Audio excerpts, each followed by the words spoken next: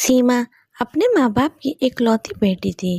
بچپن سے ہی سیما بہت لاڈلی تھی۔ اس کے ماں باپ نے اس کی ہر خواہش پوری کی۔ اس کے والد ایک بہت بڑے بزنس مین تھے اور ان کے حالات بہت اچھے تھے۔ ماں، مجھے کالج جانا ہے، مجھے ذرا 1000 روپے دینا۔ اتنے پیسوں کا کیا کرو گی بیٹی؟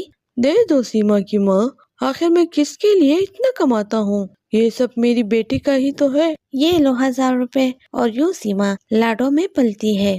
سیما کے پاپا، سیما اب بڑی ہو گئی ہے اور اس کا آخری سیمسٹر ہے، اس کی شادی کروا دینی چاہیے۔ ہاں، یہ تو تم ٹھیک رہی ہو سیما کی ماں، پر بیٹی کی جدائی کا سن کر دل پھٹنے کو آتا ہے۔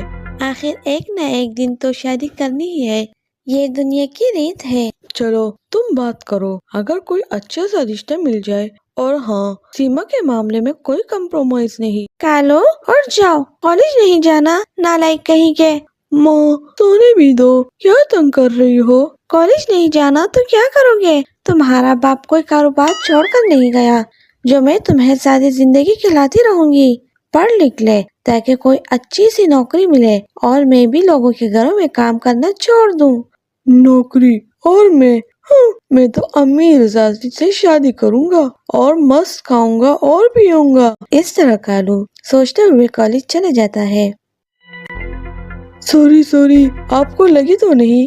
نہیں، میں ٹھیک ہوں۔ آپ کالج میں نیو ایڈمیشن ہو؟ نہیں، میں تو 4 سالوں سے پڑھ رہی ہوں۔ پھر آپ کو کہیں دیکھا نہیں؟ اتنا قیمتی ہیرا میری آنکھوں کے سامنے کیسے نہ آیا؟ ایکسکیوز می، آپ نے مجھ سے کچھ کہا؟ نہیں، بس ایسے ہی۔ یوں کالو سیما کے بارے میں سوچتا ہوا چلے جاتا ہے۔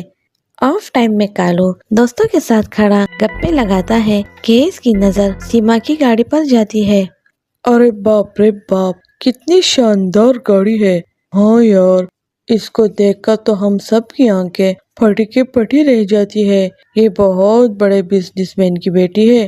کالو اس دن سے سیما کو پٹانے کا فیصلہ کرتا ہے۔ ماں، میری پیاری ماں، میری تو لاٹری نکلی ہے۔ سچ میں کالو؟ کتنی کی؟ کروڑوں کی ماں، کروڑوں کی۔ پکوڑے کی کہو گی؟ دن میں خواب دیکھنا چھوڑ دے کالو اور میری مدد کر کام کرنے میں۔ اب تو آپ کا بیٹا امیر بن جائے گا۔ میرے کالج میں ایک امیر لڑکی ہے، میں اسے پٹا کر اس سے شادی کروں گا اور یوں بیٹی بٹائی میں امیر بن جاؤں گا۔ اب اٹھ اور میری مدد کر۔ اس دن سے کالو روز سیما سے بات کرنے کے بہانے ڈھونڈتا اور کرتے کرتے دونوں دوست بن جاتے ہیں۔ سیما، کل آخری پیپر ہے، تم نے کیا سوچا ہے؟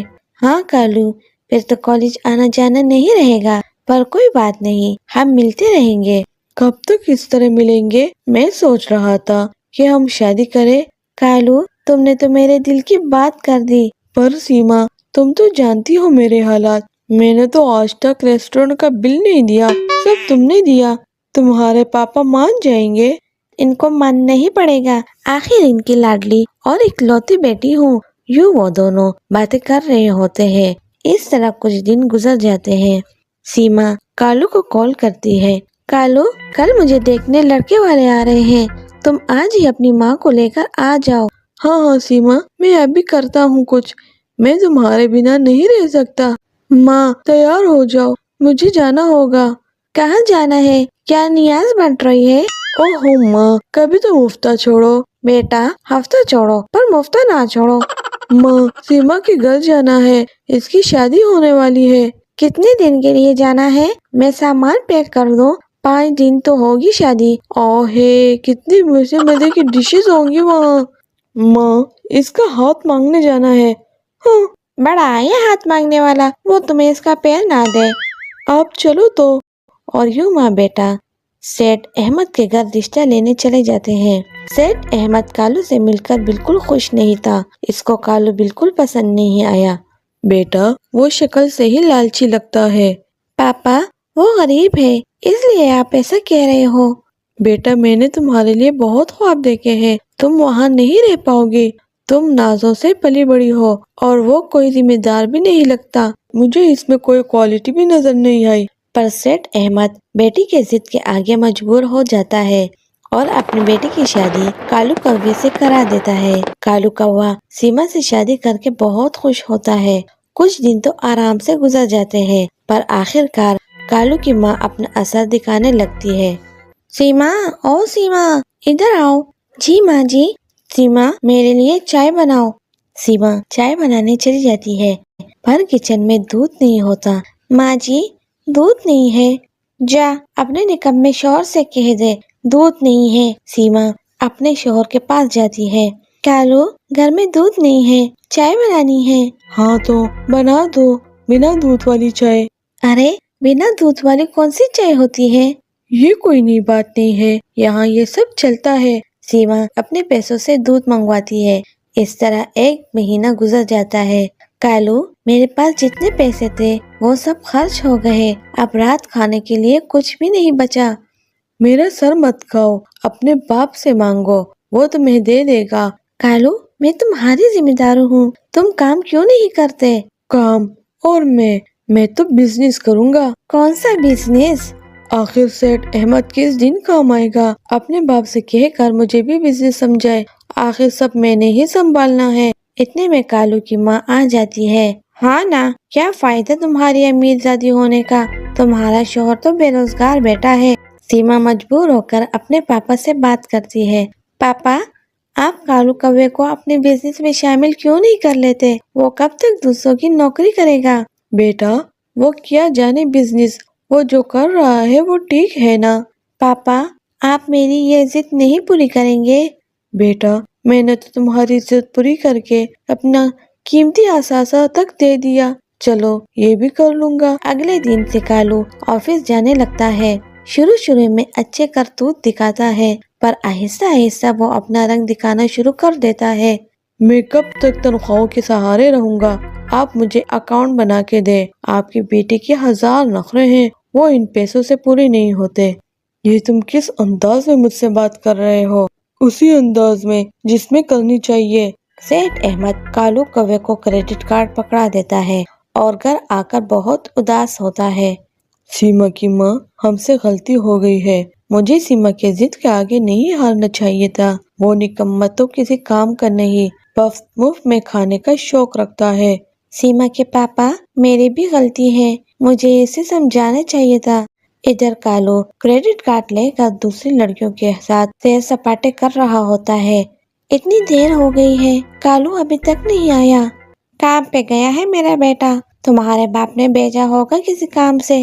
میرے پاپا ایسے نہیں ہیں، مجھ سے زبان چلاتی ہے، اور یوں وہ سیما کو مارنے لگتی ہے۔ سیما بیچاری گر کر بے ہوش ہو جاتی ہے۔ ادھر کالو نشے میں دودھ پکڑا جاتا ہے اور حوالات میں بند ہوتا ہے۔ پولیس کی سیٹ احمد کو کال آتی ہے۔ سیٹ احمد کالو کو چھڑوا کر اس کے گھر لے آتا ہے تو دیکھتا ہے کہ اس کی بیٹی فرش پر گری ہے اور اس کے سر سے خون بہہ رہا ہے۔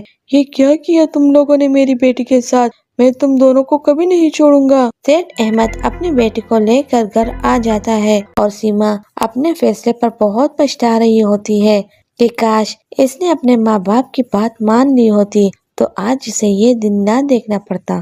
افریقہ کے جنگل میں ایک ٹونی چڑیا رہتی تھی۔ ٹونی چڑیا اناتھ تھی۔ بچپن میں اس کے ماتا پتا بجلی گرنے سے مر گئے تھے۔ تب ٹونی چڑیا رو رہی تھی تو ایک لومڑی اس کے پاس آئی۔ کیوں رو رہی ہو چھوٹی چڑیا؟ میری ماتا پتا گزر گئے اور اب میں اکیلی زندگی کیسے گزاروں گی؟ رو مت ننھی چڑیا، میں آج سے تمہاری ماں ہوں۔ اور اس طرح ٹونی چڑیا لومڑی کو اپنی ماں ماننا شروع کر دیتی ہے۔ ٹونی چڑیا جنگل میں لکڑیاں کاٹتی اور بیچتی تھی اور اپنی زندگی بسر کرتی تھی۔ ایک دن وہ جنگل میں لکڑیاں کاٹ رہی تھی، وہاں کچھ پکشی گھومنے کے غرض سے آئے ہوئے تھے۔ واہ، یہ جنگل تو بہت ہی خوبصورت ہے، پر سنا ہے کہ یہاں بہت خطرناک جانور رہتے ہیں۔ یہ سب کہنے کی باتیں ہیں، کوئی ہمارا کچھ نہیں بگاڑ سکتا۔